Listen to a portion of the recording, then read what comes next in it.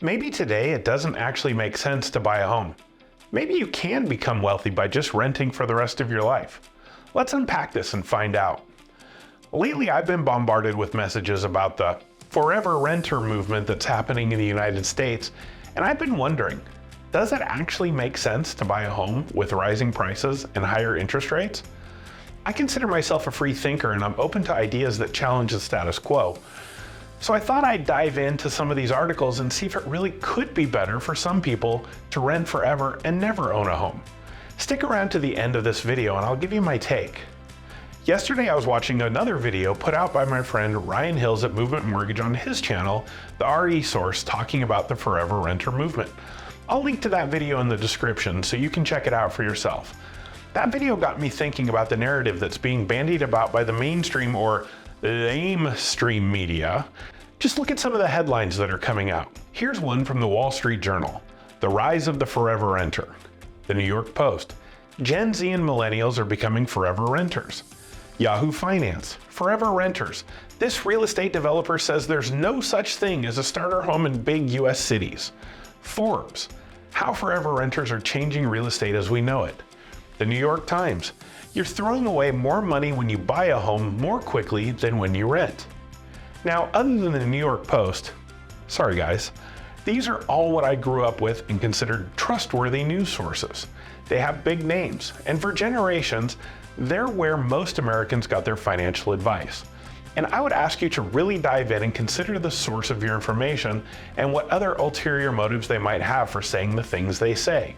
For example, this video or podcast that you're watching or listening to is put on by a real estate agent. Said real estate agent doesn't make any money unless he helps someone buy or sell a home. What is the job of these news sources? To sell papers or clicks? That's it. The subscription to these have dropped dramatically since Al Gore invented the internet, and if you're not buying their paper, they're hoping you subscribe online, or at the very least you click an article with some advertising on it so they can collect a few shillings in ad revenue. And if you don't click or buy that paper, they go out of business. If it bleeds, it leads, right? Okay, but seriously, does it make more sense to rent than buy? Maybe. And it's a big maybe. The one thing these news sources are counting on is that you're not going to do your due diligence and research your own situation. You'll see a headline about forever renters, read the first paragraph of the article that says everyone should just rent, and then click away to find something else. And that's the extent of your research done. But you, trusty viewer or listener, you're smarter than that. You know I'm going to help you math this out. So let's look at just one of the things the New York Times says is a waste of money: the down payment on your home. Yes, they actually said the down payment on your home is throwing away money. Their point is that investing that money can bring you a greater return than putting it down on a home. They also say the down payment is often 20%. Now, the problem with all of the articles I found is that they make a lot of assumptions. They're assuming you have this giant pile of money just lying around and you're only going to do one thing or another with it: use it for a down payment or invest it in the stock market.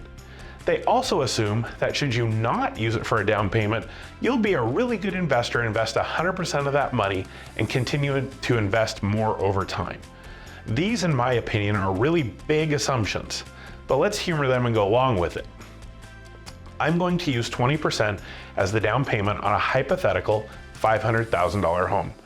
So 20% is $100,000. Hey, if you've got 100 grand just lying around in a savings account that's not allocated for anything, we should really talk soon. I've got a plane I want to buy. But I digress. Okay, so you have this 100K lying around and wondering, should I invest it or buy a home? I'm going to make my own assumptions here. If we look at the historical trends of housing prices, housing on average appreciates by 4% every year. And if we look at the S&P 500, traditionally it averages 10% per year. On the face of this, 10% is more than 4%, right? I mean, it doesn't take Russell Crowe and a beautiful mind to figure out that 10% is more than 4%, right? Right. And that's what the media is counting on, that basic understanding of math. So you put $100,000 down on a home that appreciates at 4%, you get 4% on your $100,000, right? So that's what? Let's see, carry the 1, x equals the sine of the cotangent, $4,000. you made $4,000 in your $100,000. Easy enough, right? Okay, so now you decide, nope, I'm just gonna invest it in the S&P 500 because that's 10%. So now on that $100,000, you made 10 grand. They're right. $10,000 is more than $4,000. Not buying a home and investing that money is a better bet. Done, I'm renting forever. Wait, don't leave just yet. They forgot about our friend Archimedes. What? You didn't know I was bringing dead Greek guys into this? Who was Archimedes? He was a Greek mathematician that said famously, "Give me a lever long enough and a fulcrum on which to place it, and I shall move the world." What all of these lamestream media articles are forgetting is leverage. You see, when you buy real estate, you leverage someone else's money, the bank, to buy an asset that generally appreciates. The beauty of this is you don't get leverage on just your money, you get leverage on the value of the asset. So now you bought a $500,000 asset that appreciated 4%. 4% of $500,000 is actually $20,000. You effectively doubled your return by buying the home and not investing. You actually got what we call in the business a 20% cash on cash return. In other words, you made back 20% of the cash you originally invested in the first year by leveraging the 80% the bank loaned you. But wait, it gets even better. The New York Times said the down payment is often 20%. What that means is that sometimes, and in my head, oftentimes, it's not 20%. Watch my video on, do I need 20% down to buy a home? Or don't watch it, because the answer is no, you don't need 20% down to buy a home. In our hypothetical situation, you have $100,000 to put down on the home or invest, right? What if it didn't have to be either or, but rather could be both and? What do I mean by that? Let me show you. What if you could get into that same $500,000 home with 3.5% down? On an FHA loan, that's totally doable. So now, instead of needing $100,000 down, you only need $17,500 to put down. That leaves you $82,500 for something else. Let's run this leverage equation on a 3.5% down payment. If your house appreciates 4% the first year, you still get $20,000 in equity buildup, and when you run the math on that, it's a 114% cash on cash return. You got back 14% more than you put in. That's like free money. Now, you take that $82,500 and invest that in the S&P 500 and get 10% on that, and you get an additional $8,250 return. So now you turned your $100,000 into profit of $28,250, giving you a blended cash on cash return of 28.25%. And last I checked, 28.25% is way more than 4% or 10%.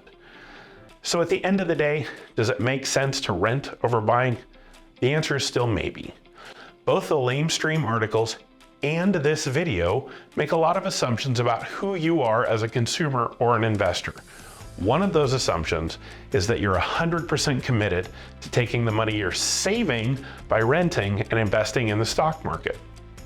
Look at this chart that shows the average net worth of homeowners versus renters. Just looking at this should tell you that there aren't a lot of disciplined renters out there investing that money. Maybe you're different. As I said, we're making a lot of assumptions.